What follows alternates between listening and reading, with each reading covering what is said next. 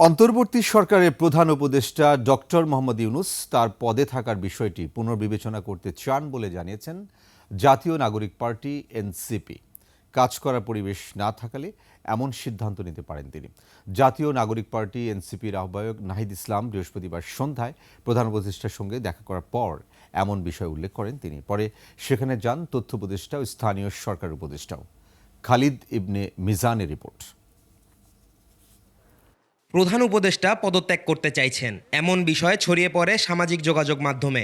এই আলোচনার মধ্যে সন্ধ্যা ৭টার দিকে ডক্টর মোহাম্মদ ইউনূসের সঙ্গে দেখা করেন এনসিপি। জীবন অবাক না করলে কে করবে? 28% মিল্ক ফ্যাটের অবাক করার সাথে ফ্রেশ মিল্ক পাউডার। জীবন অবাক করুক প্রতিদিন। এনসিপির আহ্বায়ক নাহিদ ইসলাম।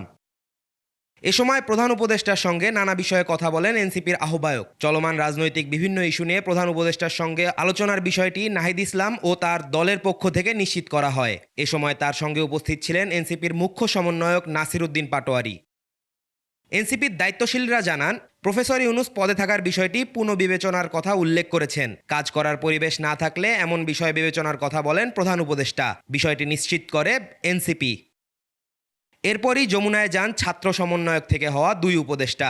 তথ্য উপদেষ্টা মাহফুজ আলম ও স্থানীয় সরকার উপদেষ্টা আসিফ মাহমুদ সজীব ভুঁইয়াও প্রধান উপদেষ্টার সঙ্গে বৈঠকে অংশ নেন।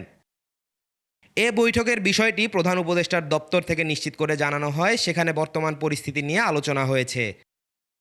খালিদ ইবনে মিজান, ২১ টেলিভিশন, ঢাকা।